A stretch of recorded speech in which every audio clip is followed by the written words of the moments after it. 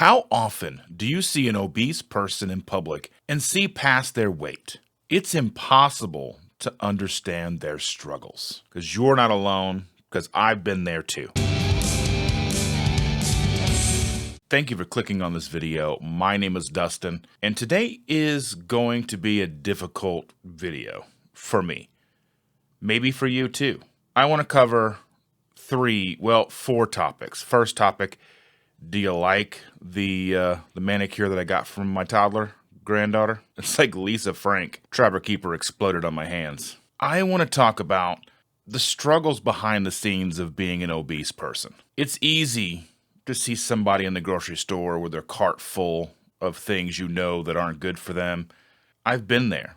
I just want to shed some light on some of the things that obviously people don't typically talk about. The first thing that I want to cover here is clothes. I know people probably understand this.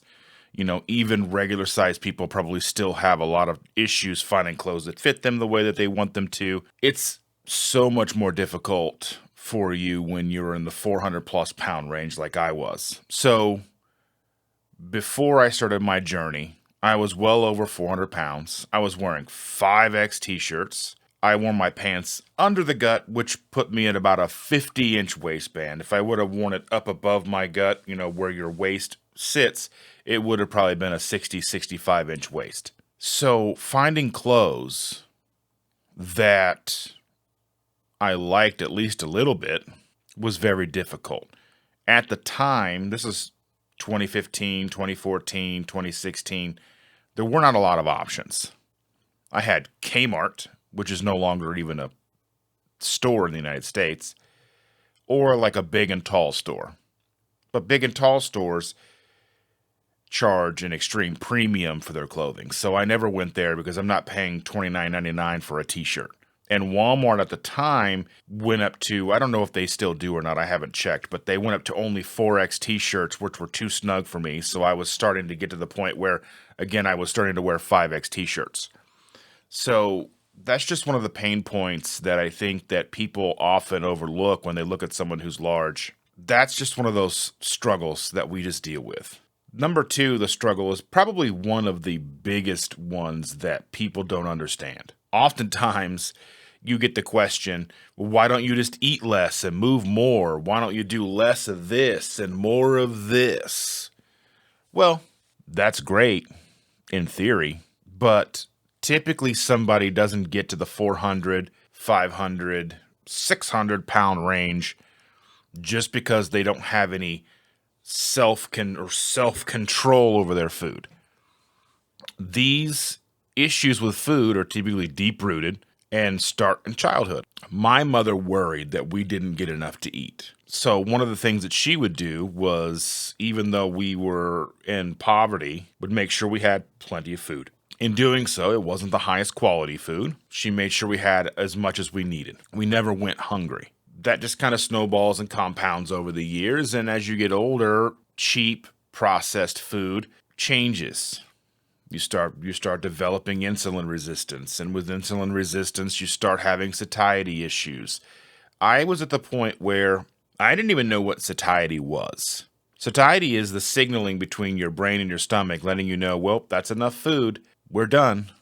Let's go do something else. I didn't have that. I would every night basically eat until it hurt. There was no pleasant, well, that's enough. Nope. Every night I'm eating until I'm in almost physical pain. Then I would sit there for a while and then go get some ice cream. It's a true addiction because that satiety signal is so out of whack that your body just doesn't know you're full until the pain receptors kick in. So I just think that that's something that a lot of people who haven't had that struggle truly understand. As somebody who would sit down and try to find satiety in potato chips, you don't find satiety in potato chips or corn dogs or chicken nuggets or bowls of macaroni and cheese. I would make all kinds of crazy food concoctions. I was doing things like filling a bowl with chili cheese Fritos and pouring tomato soup over it with loads and loads of cheese. weird things like that.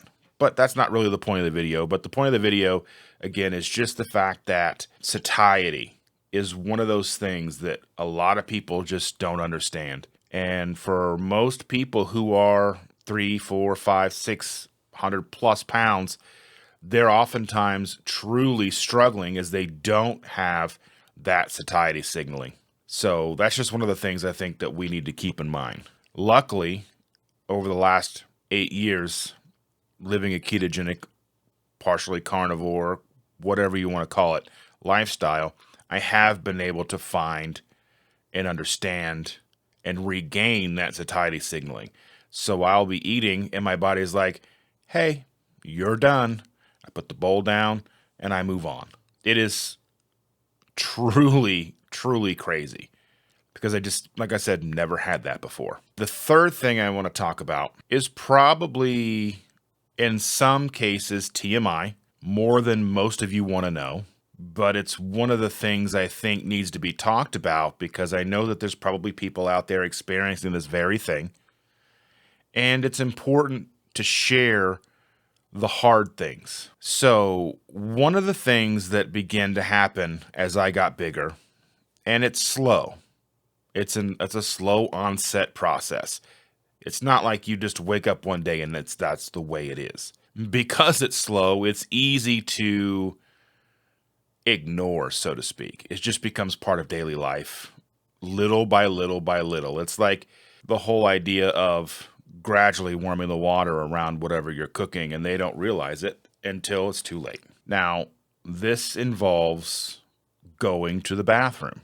I got to the point where I was not able to use our downstairs powder room. It wasn't wide enough. I could fit, barely, but then I wasn't able to reach and, effectively take care of business, finish things up. So I would have to go upstairs to our ensuite bathroom and do that. At work was the same thing. At the time, the job that I had, there were 3 stalls, 3 cubicles. One was a handicap. That was the one that I would try to get. There was one that was just so narrow I couldn't do it. And one was just a little bit wider, not by much. And sometimes if I was in an extreme pinch, I could use that one. But oftentimes I would be struggling to make it to the restroom on time, to walk into the restroom to see that the handicap stall was full, all of them were full, or if only one was open, it was the one I couldn't use. So oftentimes I would have to hop on the elevator, go to one of the floors, and hopefully find one that was open before time ran out, if you understand. And that was the same thing, not just at work, but that was a thing.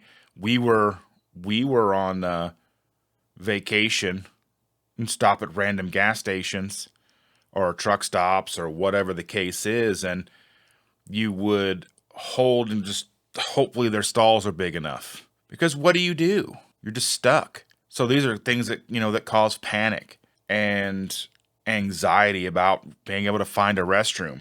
Not to mention that there, for a long time, I was having issues where I was probably going 6 times a day. Majority of those would be while I'm at work. So I imagine my bosses probably realized that there was something going on. I'm away from my desk for 10, 15 minutes at a time, multiple times a day in the bathroom doing what, they don't know what I'm doing. They never really questioned me about it, but it's obviously, it's one of those things that I'm sure it was discussed between management and supervision and all that stuff. But yeah, that's just one of those things. Like I said, these are the things that people don't necessarily think about when they're out there and they're kind of secretly judging you. It's just not talked about. And I think it's so important, like I said, just to discuss this and let everybody know what's going on. And I guess there's a bonus thing would be something that I think everybody does think about, and that's the airport or, going on an airplane. And there were things that I was too proud or scared to ask ever for its seatbelt extender, right? I never ever asked for a seatbelt extender.